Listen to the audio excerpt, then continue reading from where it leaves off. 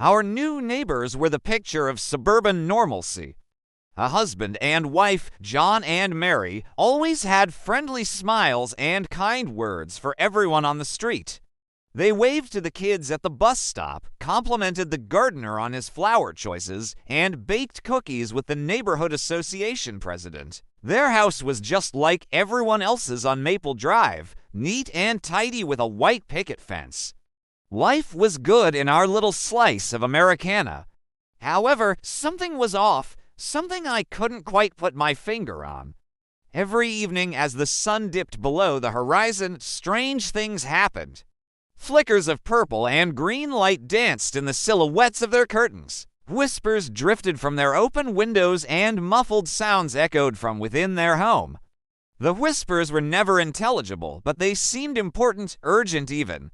This went on for weeks, and though it was none of my business, curiosity gnawed at me.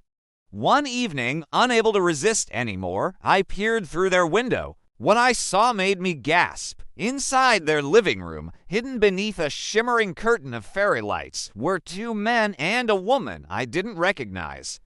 They were gathered around a table littered with strange symbols drawn on a large sheet of paper. As I watched, mesmerized, one of the men, tall and thin with sharp features, took a piece of chalk from behind his ear and began tracing patterns on the floor.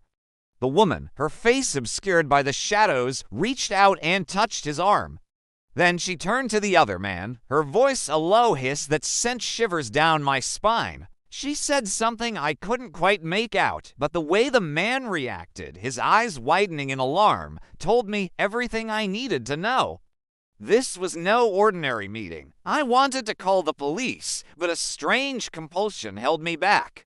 The tall man reached out, silencing the woman with a gesture. He turned to the other man, his voice a dangerous purr. "We have no choice now," he said. "The ritual must go forward." The woman nodded, her face still shrouded in darkness. "It is for the greater good," she whispered. Suddenly, John appeared in the doorway, his face illuminated by the eerie glow of the lights. He stepped inside, and the three strangers turned to face him. John nodded his head towards the chalk markings on the floor, then bent down to trace another symbol. The tall man spoke again, his voice laced with power. "You bring balance to the equation, John. Now we are complete." Fear turned to anger, and I burst through the front door.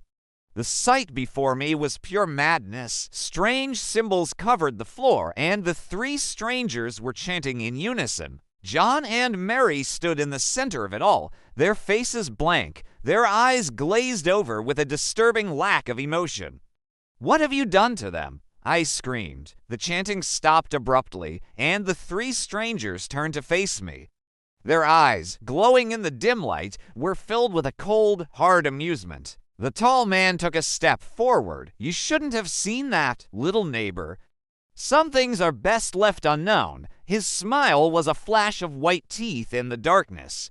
I wanted to run, to get as far away from that house as possible, but fear rooted me to the spot. The woman stepped forward, her voice a silken purr. "Don't you understand, darling? We're not here to harm anyone. We're here to help." Her eyes, I noticed, were the same color as John and Mary's. "Help them," I spat. "You've turned them into mindless zombies." "What kind of help is that?" The tall man chuckled, a low rumble in his chest. "You misunderstand, my dear neighbor. They're not zombies. They're free. Free from the limitations of the human condition." Before I could respond, Mary stepped forward. Her eyes, vacant and soulless, stared straight ahead. "It's time for you to join us, neighbor," she said, her voice a hollow echo of its former self. "We have so much to show you." She reached out a hand, her fingers long and pale like the rest of them. I stumbled back, knocking over a chair. As the tall man advanced, I turned and fled, the chanting resuming behind me. Safe in my own home, I shut the door against the sounds of drums and voices. That night, lying in bed, I thought about what I had seen.